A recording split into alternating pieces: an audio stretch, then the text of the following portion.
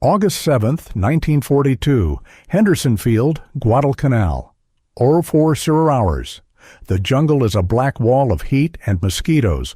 A single P-38 Lightning, tail number 124, sits on the pierced steel planking, one engine coughing like a dying smoker. The ground crew is gone, evacuated after the last Japanese bombing. Only one man remains. Technical Sergeant James McKenna, a 29-year-old grease monkey from Detroit, sleeves rolled, cigarette glowing. He's not supposed to be here. He's not a pilot. He's a mechanic. But tonight, he's about to break every rule in the Army Air Force's manual and save the entire Pacific Air War with a 6-inch piece of piano wire. This is the story of McKenna and the McKenna Mod, a hack so simple, so illegal, it turned the invincible Japanese Zero from predator to prey in 90 days. It wasn't approved by Lockheed. It wasn't in the tech orders. It was born in a tent under a hurricane lamp with a Leatherman, a hacksaw, and a stolen roll of 0.032 piano wire from a crashed Japanese observation plane. The P-38 Lightning was America's only hope in 1942. Twin engines, twin booms, 400 miles per hour, 1,000-mile range. But it had a fatal flaw, compressibility. At 500 miles per hour in a dive, the wings locked. The elevator froze. The plane became a 14-ton dart. Pilots called it the guillotine. Over 200 P-38s had already augured in. More lost to physics than to Zeros. Lockheed's fix? A dive brake, a 3-foot flap under each wing. It worked in California. In the humid 110 degrees heat of Guadalcanal, the hydraulics seized. The flaps jammed. Pilots were told, do not exceed 400 miles per hour in a dive, ever. Translation, never chase a Zero. They just turn and shred you. McKenna didn't go to MIT. He fixed tractors, and he noticed something the engineers missed. The elevator doesn't freeze because of speed. It freezes because the airflow separates at the hinge gap. In a dive, air rushed under the elevator, creating a low-pressure bubble. The control surface slammed upward, locked. Mac's fix? Bridge the gap. He took piano wire, threaded it through 2 drilled holes in the elevator skin, and tensioned it like a guitar string across the hinge line. The wire acted as a vortex generator, tripping smooth airflow into turbulence, reattaching it to the surface. Result, the elevator stayed alive at 600 miles per hour. Cost, 6 inches of wire, 10 minutes, 1 cigarette.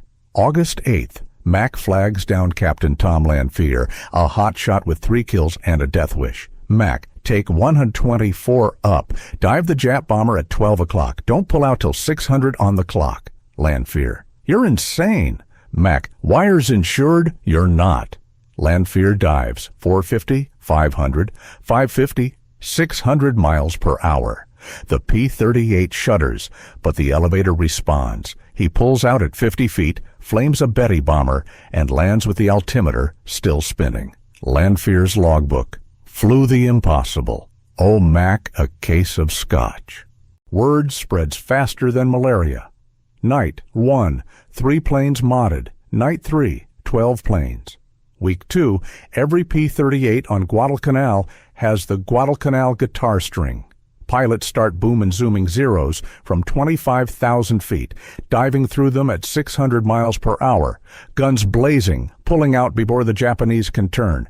Kill ratio flips from 1.6 Allied losses to 6.1 in 30 days. Lockheed engineers arrive September 1942. They see the wire. They freak. Engineer, this violates 17 specifications. Mac, it also violates 17 Zeros a day. The mod is classified top secret. Official name, turbulator strip type A.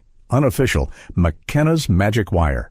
Every new P-38 rolling off the line in Burbank gets a factory-installed titanium version, but the original was piano wire. From August to November 1942, P-38 combat losses to compressibility, 0. Japanese aircraft destroyed by P-38s, 312 confirmed. Pilots saved, 400 plus, estimated. Strategic impact. The Cactus Air Force holds Guadalcanal. Japan never regains air superiority. Mac never flew combat. He never got a medal. After the war, he went back to Detroit, fixed Chryslers, raised 3 kids. In 1985, a reporter found him. Why'd you risk your career for a hunch? Mac. Because those kids in the cockpits were younger than my tractor. He died in 1997. His toolbox, still containing one 6-inch piece of piano wire, is in the Smithsonian. The McKenna Mod became the dive recovery flap on the P-51, P-47, and F-86. It's why Chuck Yeager broke the sound barrier in 1947. His X-1 had a moving tail, evolved from Mac's wire, every modern fighter's leading-edge slats, and vortex generators, grandchildren of a mechanic's hunch. Wars are won by grand strategy and by grease under fingernails. Simo had snow. Lyudmila had patience. Rex had a barrel roll. Mac had 6 inches of piano wire and the guts to break the rules. If this story lit a fire under you, smash that like button, subscribe, and comment. What's your crazy fix? Turn on notifications. History doesn't sleep.